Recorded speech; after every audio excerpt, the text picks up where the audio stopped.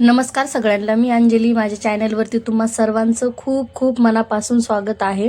तर मार्गशीर्ष महिन्यातील आता उद्या दुसरा गुरुवार आहे. तर म्हटलं की तुमच्यासोबत हे जे देवीचं वस्त्र आहे त्याची स्टिचिंग आणि कटिंग शेअर करावी. सगळ्यात पहिलं मी डबल फोल्ड कपडा घेतला आणि त्याचे 6 इंच असं सगळीकडनं मेजरमेंट टाकून राऊंडमध्ये कट करून घेतला.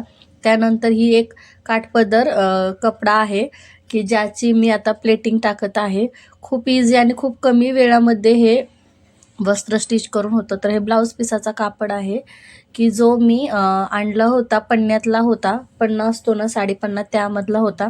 त्याची लांबकी पट्टी घेतलेली आहे मी फक्त. आणि हा कापड पण खूप सॉफ्ट आहे आणि खूप इझिली त्याच्या प्लेट्स पडत होत्या. तुम्ही बघू शकता व्हिडिओमध्ये. त्याप्रमाणे तुमच्या अकॉर्डिंग तुम्ही जसा हवं आहे तसा कापड घेऊ शकता ह्याचा. बट माझ्याकडे हाच होता अवेलेबल नवीनमधलं फॅब्रिक.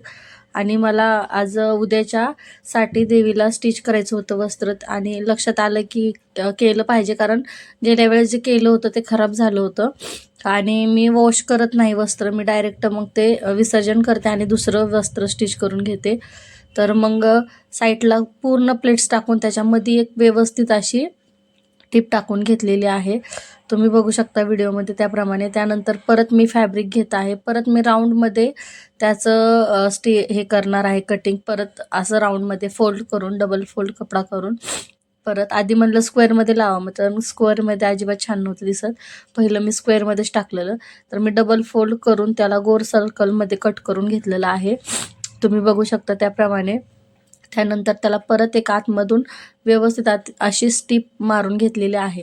आणि आता माझ्याकडे जे अवेलेबल आहेत, घरात ज्या अवेलेबल होत्या लेस, त्याच्यामधूनच मी त्याची छान अशी डिझाईन तयार केलेली. माझ्याकडे अस्तर देखील मॅचिंग नव्हतं, त्याचा जो कपडा होता त्यातूनच मी हे सगळं स्टिच केलं होतं. कारण उद्याच गुरुवार होता दुसरा आणि माझ्याकडे जो पहिलं होतं ते खराब झालेलं. मग म्हटलं की उद्याच्या तरी गुरुवारी कमीत कमी नवीन वस्त्र मी स्टिच करून देवीला घालेल. त्यानंतर ही एक लटकनची लेसचा थोडासा तुकडा राहिला होता माझ्याकडे, शिल्लक होता, की जे ब्लाऊज स्टिच करून राहिला होता. तर मग ह्याची पण म्हटलं की काहीतरी युनिक अशी डिझाईन पण होईल. तर मी सगळ्यात पहिलं त्याची आतमधल्या साईडनं तो लावला आणि त्याच्यावरनं परत एक पायपिंगची अशी लेस लावून टाकलेली आहे. म्हणजे जे वरच्या साईडला मी लेस लावली तीच लेस मी खालच्या साईडला परत त्याच्यावरनं परत एकदा लावणार आहे, जेणेकरून वस्त्राचा अजूनच छान असा लुक येणार आहे. तर ह्याच्या खूप वेगवेगळ्या पद्धतीत खूप छान छान असे यूट्यूबला तुम्ही बघू शकता की वेगवेगळ्या डिझाईन आहेत वस्त्रामध्ये.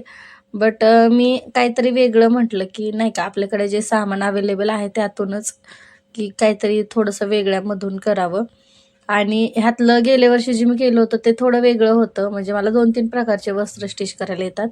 बट ह्यावेळेस मी थोडीशी वेगळी डिझाईन ट्राय केली. तर मग जे वरती त्याच्यावरती सेम जी वर लेस लावली तीच मी त्याच्या परत मधोमध त्याच्यावरती वरच्या साईडला लावून टाकली.